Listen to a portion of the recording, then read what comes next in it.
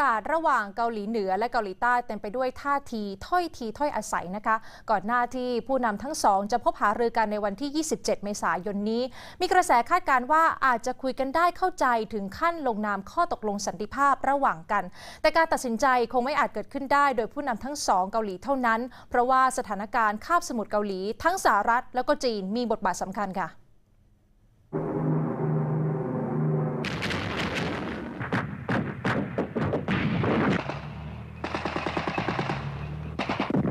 สงครามเกาหลีช่วงปี 1950 ถึง 1953 แม้การสู้รบจะจบลงแล้วในเชิงเทคนิคเกาหลีเหนือและเกาหลีใต้ยังอยู่ในภาวะสงครามมีเพียงข้อตกลงหยุดยิงระหว่างกันและกลายเป็นที่มาของเขตปลอดทหารระหว่างสองเกาหลีจุดเปลี่ยนของภาวะสงครามในเชิงเทคนิคอาจจะเกิดขึ้นสัปดาห์หน้า 27 เมษายนที่เขตปลอดทหารเมื่อมีนัดสำคัญระหว่างมุนแจอินประธานาธิบดีเกาหลีใต้และคิมจองอึนผู้นำเกาหลีเหนือและตัวแทนจากสหรัฐที่จะหารือถึงความเป็นไปได้ถึงการลงนามข้อตกลงสันติภาพถ้าบรรลุได้จริงเท่ากับว่าจะเป็นจุดสิ้นสุดของสงครามเกาหลีแต่การหารือและการตัดสินใจไม่อาจเกิดขึ้นได้เพียงลำพังระหว่างผู้นำสองเกาหลี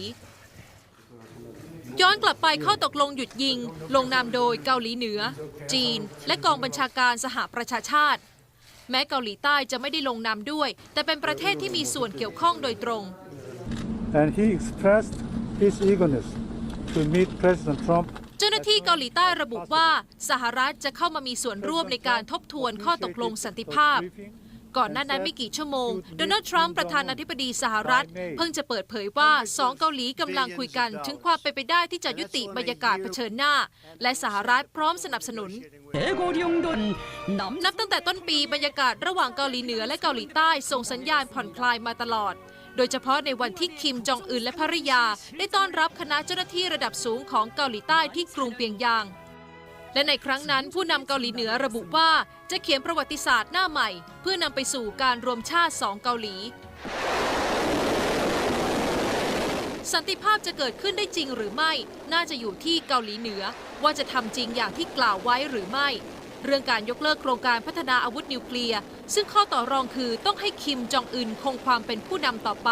โดยไม่มีการข่มขู่ทางการทหารและสหรัฐต้องถอนเจ้าหน้าที่ทหารออกจากคาบสมุทรเกาหลีและเกาหลีใต้ต้องยกเลิกเครื่องตรวจจับสัญญาณขีปนาวุธ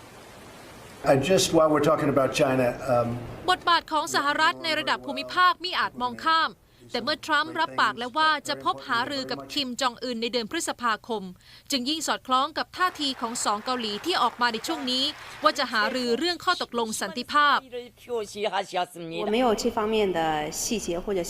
และเมื่อในวันนี้ที่มีรายงานว่าจีนและเกาหลีเหนือหารือกันถึงความเป็นไปได้ที่ประธานาธิบดีสีจิ้นผิงจะไปเยือนกรุงเปียงยางในเดือนมิถุนายนยิ่งตอกย้ำบรรยากาศแห่งการพูดคุย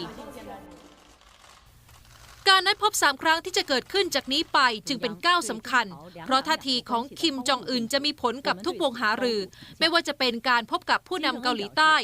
ผู้นำสหรัฐในเดือนพฤษภาคมและผู้นำจีนในเดือนมิถุนายน